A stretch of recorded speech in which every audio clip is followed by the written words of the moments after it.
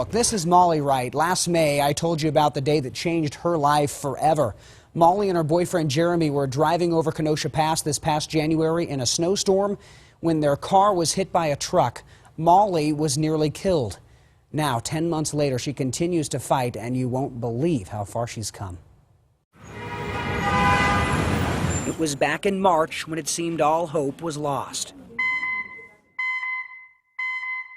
We were prepared to lose Molly. She had monitors drilled into her skull. She had tubes everywhere. But sometimes someone's will to fight, to go on, outweighs the rest.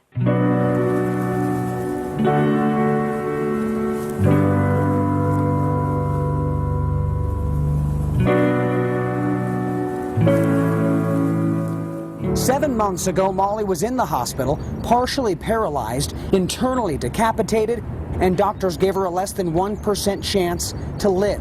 Now she's home, and what's happening inside those doors is remarkable.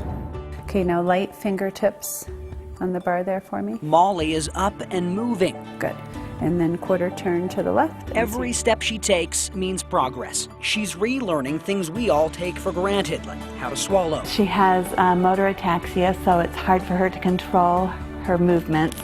She has some sensory loss in her left side. Through the struggle, an incredible story is emerging of a young woman who won't stop fighting to be normal again. I think that she's been touched by whatever you want to call it. And it started at the accident scene. A stranger pulled Molly out of that mangled car and did CPR on her for 45 minutes. Doctors saying it's what saved her life. I call her miraculous, but really she's working hard at it too. And now, despite all the odds, I was like, what? Molly is talking, recounting her days in the hospital after the accident. The accident she doesn't remember. Like, where am I?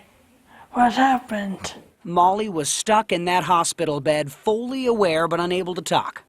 Just like wanting to say something, but she can't. She remembers when her hero came to visit her. Henry Rodriguez was the one who saved her life that terrifying night. All she wanted to do was say thank you that day he came by. Now she can. Just that I love him. Just like, thank you so much. I know, like, that's not enough. Molly has a long way to go. She knows that, but she's got family to back her up and a boyfriend who hasn't left her side. I'm pro after this, all these enemies. The symbol of true love through the worst of circumstances. So much love.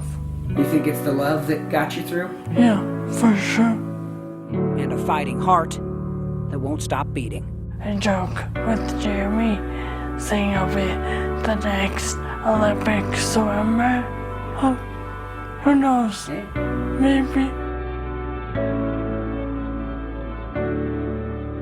Does she have the best attitude? Or what? By the way, Molly is a huge Broncos fan.